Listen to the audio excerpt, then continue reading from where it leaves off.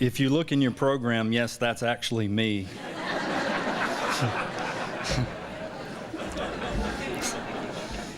It was a long time ago. And if my son wore his hat like that, I'd have to change that very quickly. So, but thank you to Winthrop University. Thank you to the Hall of Fame committee for this great honor. It's a privilege.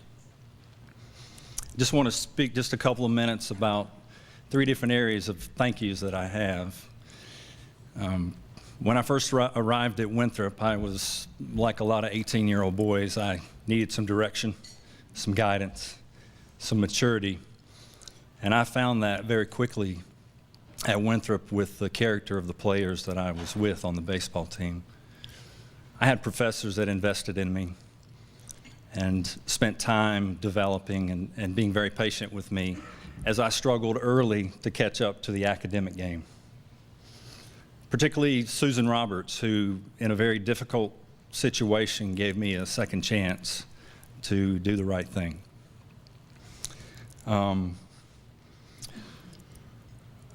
like to thank my family for the support through the years, particularly my mother, who's here tonight, and my late father, who spent a lot of time investing, obviously, selflessly, and being at all the games. I can't remember a time they weren't there. But they taught us hard work, a good work ethic, and to value others more highly than yourself. And I appreciate that. Thank you, Mom. And I'd like to thank my brother Stephen for being here as well. Many late summer afternoons, playing pitcher and catcher in the backyard. Helped instill a competitive fire in me. Thank you, Stephen.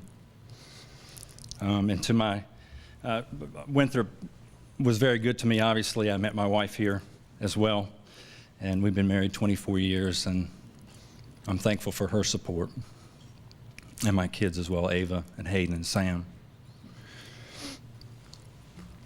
I want to talk a little bit about the teams that I played with real quickly. I'm thankful for the guys that I played with. We had great talent. We went 47-9 one year and were ranked in the top 5 nationally in the NAIA.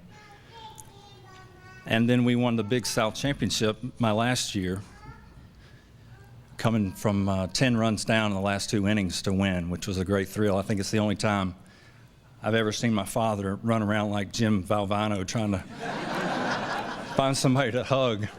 It was very even keel, you know, but it must have been very exciting. But the teams were powerhouses, and then we tried to continue the tradition of guys like Steve Kirby that had set a standard. And Coach Tom, you continue that today.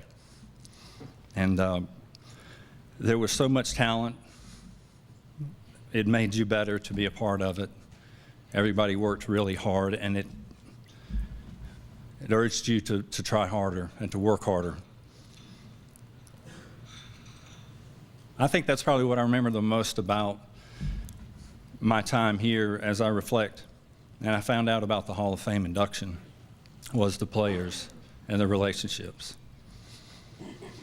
And in closing, I'd just like to mention too, because I think it epitomizes the type of scholar athlete that attended Winthrop at that time, and I'm sure here today. I remember my mom and dad dropped me off the first day. There was obviously some trepidation, probably from their point and mine. And there was a senior named Phil Blankstein who kind of took me under his wing. And I think he noticed there was an adjustment period to come. And he mentored me, invested in my life, taught me the ropes, so I'm thankful to Phil. In fact, he gave me his bat that I used my whole career here. It was a 32-inch Easton with the old green writing on it. So. And lastly, a guy named Pat Flood. Pat Flood. I'm not sure that anybody recognizes that name. But Pat was a senior starting second baseman when I was a redshirt freshman. At some point during the year, Horace Turbyville, who was a tremendous coach, motivator, high-spirited, happy, smile on his face kind of guy all the time, always told us to move around, you're killing the grass.